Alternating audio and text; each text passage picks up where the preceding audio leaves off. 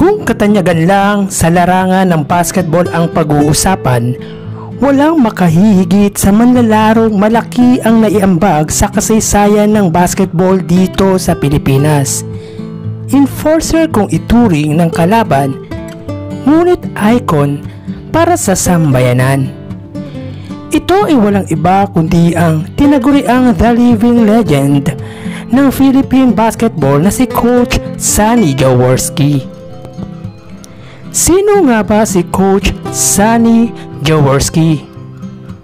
Kaya tara ating pag-usapan ang arkitekto ng Never Say Die spirit na si Coach Sonny Jaworski. Kaya bago natin umpisahan ay pakisubscribe ang aking YouTube channel, pakiclick na rin ang bell notification icon para lagi kayong updated sa mga bagong video na ilalabas ko. Hinihiling ko rin na idamay ang aking Facebook page na i-like at i-follow ang Mega TV.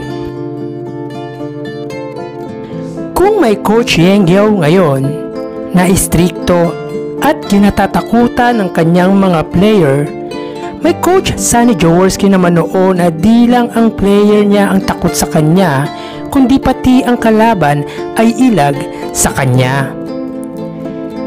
Si Sonny Jaworski o Robert Vincent Salazar Jaworski Sr. na kilala sa tawag na The Living Legend, Big J at arkitekto ng Never Say Die spirit ng Philippine basketball ay ipinanganak noong March 8, 1946 sa Baguio, Benguet at lumaki sa Pandacan, Maynila. Siya ay anak ni na Theodore Vincent Jaworski, isang Polish, at Iluminada Bautista Salazar, isang Pilipina na asawa ni Evelyn Bautista na kamag-anakan ng mga Revilla.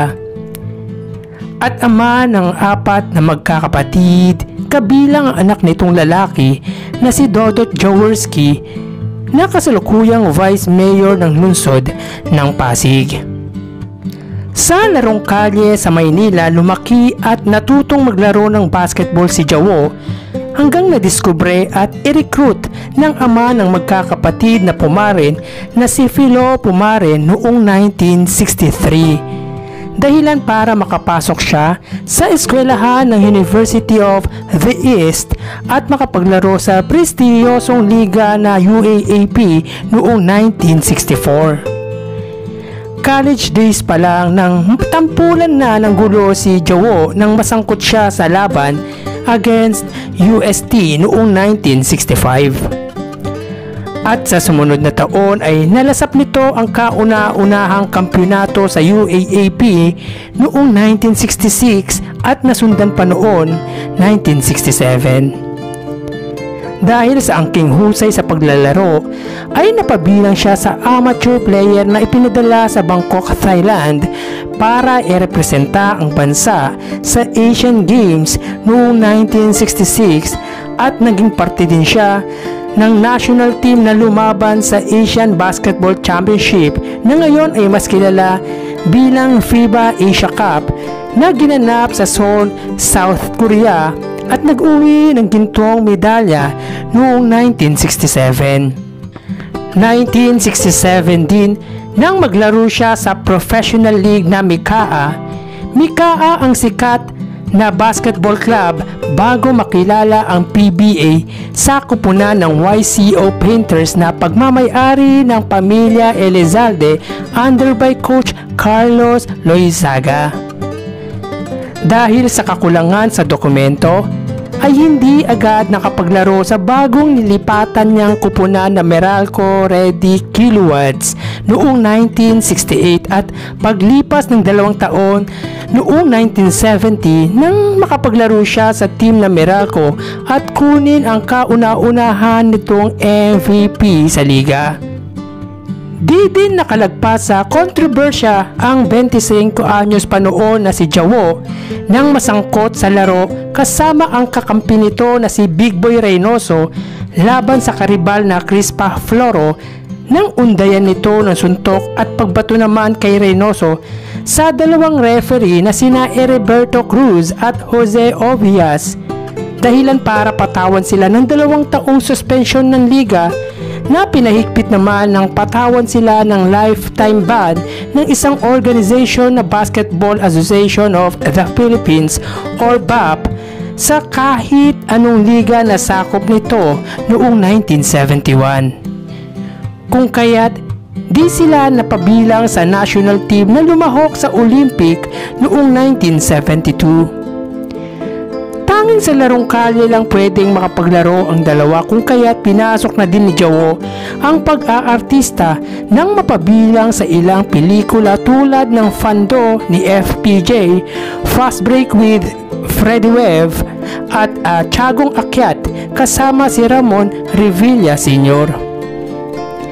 Dahil sa kahusayan at pangihinayang na di magamit ang angking galing ng dalawa, ay napagdesisyonan na i-lift ang ban sa tulong ng mga opisyal at politiko noong 1973, at sa taong din yun nang irepresenta ng dalawa ang pambansang kupunan sa ABC Champion alongside with Francis Arnaiz, Ramon Fernandez at Bogs Adornado.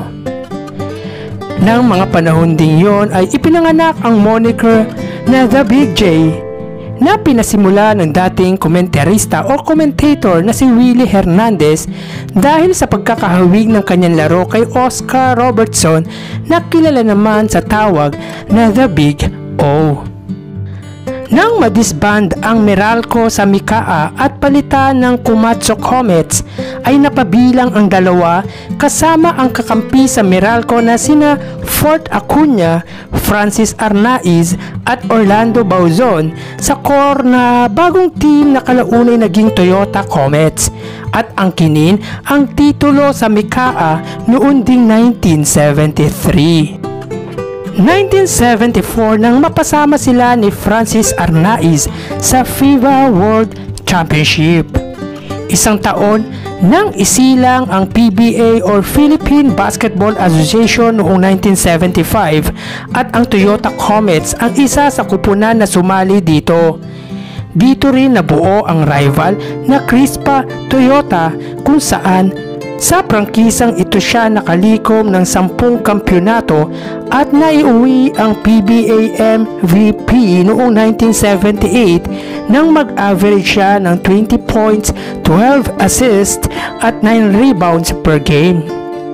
Nang madisband ang Toyota at ibenta ang prangkisa nito sa Asia Brewery na Beer Hudson, ay pinili niyang lumipat sa Gilbis Gin kasama si Francis Arnaiz.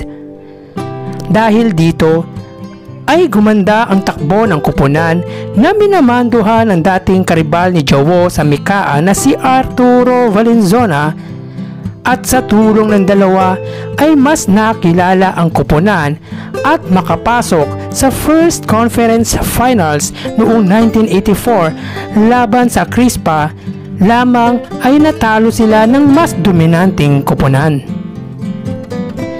Nagkaroon ng sigalot sa panig ni Valenzuela at Jowo noong 1985, and for some reasons ay mas pinili ng management ang serbisyo ni Jowo at gawing playing coach ng kupunan, kung saan ng panahon ding yon nang ipinanganak ang Never Say Die attitude na pinasimula ng tinaguriang The Living Legend, nang minsan sa tambaka ng kalagitnaan ng laro nang madisgrasya siya nang mabagsakan ng siko ng noong import ng RP team na NCC Consolidated Cement na si Jeff Moore, na minamanduhan naman noon ng legendary coach Ron Jacob, at dali-dali siyang idinala sa malapit na ospital upang tahiin ang natamong injury nito. Sa di inaasahan ay bumalik sa playing court at instead na huwag na maglaro ay mas pinili nito na bumalik sa huling 7 minuto at unti-unting tinapyas ang kalamangan ng kalaban na umabot sa 15 points na lubhang nagpadugundong sa loob ng arena, at naipanalo pa ang kanyang kupunan sa score na 99-96. Habang ang dati nitong coach na si Valenzuela ay napunta naman sa kupunan ng Tanduay Ram Makers noong 1986. Sa edad na 40 anyos nang unang makatikim ng kampyonato si Jowo bilang playing coach sa tulong ng import na sina Michael Hackett at Billy Ray Bates laban sa Manila Beer na binabanderahan naman ng former MVP na sina Abet Gedaben at Fortunato Atoyco, katuwang ang mga import na sina Michael Yang at Harold Killing noong 1986 Open Conference, at sa series na din yun noong Game 4 nang magawa ni Jaworski ang isang record bilang kauna-unahang local player na naglaro ng mahaba sa isang game kung saan nanalo sila via double overtime sa score na 145-135. Nalasap naman ni Big J ang kauna-unahang kampyonato nito sa All-Filipino Cup noong 1988 kung saan pinalitan ang pangalan ng team sa Añejo Ram laban sa bagong tatag na Pure Foods na kinabibilangan ni Don Ramon Fernandez, mga rookie na sina Jojo Lastimosa, Jerry Cudinera, Glenn Capacio at Alvin Patrimonio. At sa magkaparehas na taon nang magkampiyon ang kupunan sa IBA or IBA World Challenge Cup na sinalihan ng international team at talunin ang Alaska Air Force sa one final game.